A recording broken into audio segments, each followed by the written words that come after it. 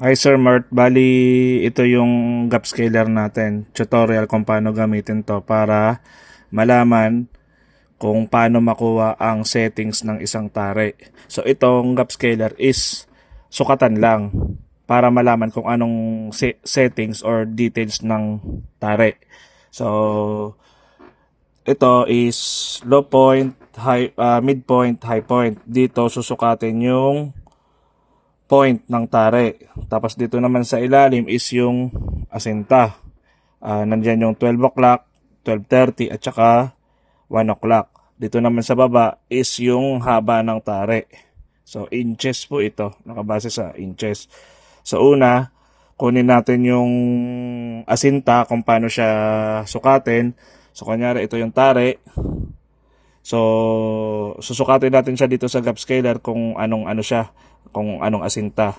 So lagay lang natin dyan. Yan.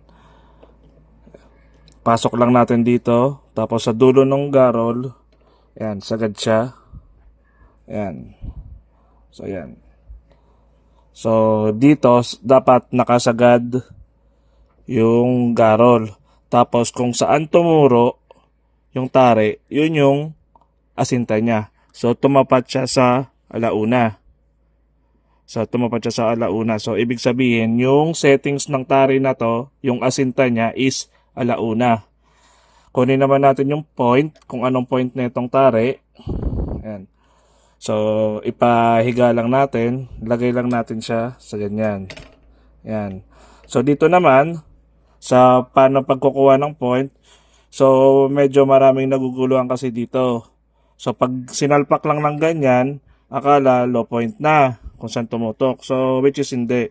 So, dapat dito, o mapansin, dapat itong garol is dikit.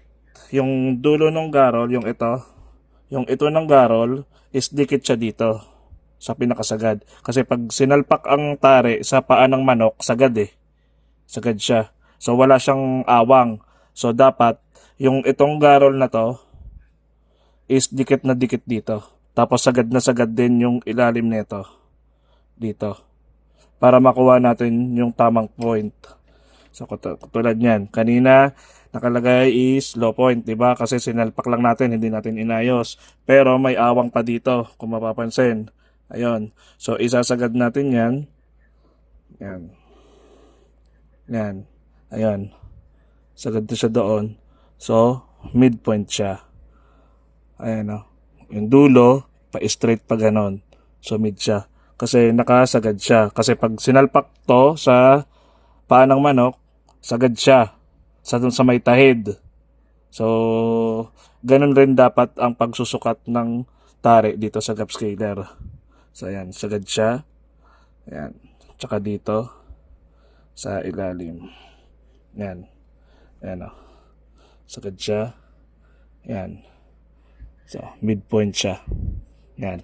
Tapos sa sizes naman, yan, pantay lang dito. Yan, pantay lang dyan. Tapos, hawakan lang dito. Yan, parang ganyan. Basta nakapantay lang siya.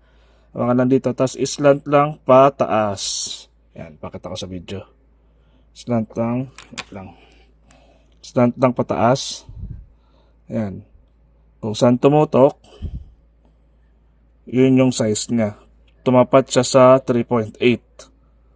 Yan. So, ang size nito is 3.8 inches. Yung haba ng tare. So, ayan. Mapapansin nyo yan. Sagad dyan.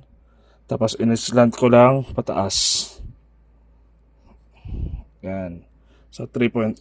So, yung settings netong tare na to, pagkasukat natin kanina is alauna yung asinta. Yung tare nito is alauna yung asinta, midpoint, and 3.8 ang size. So, ganyan po magsukat ng gap scaler ng Prime Feathers Corporation.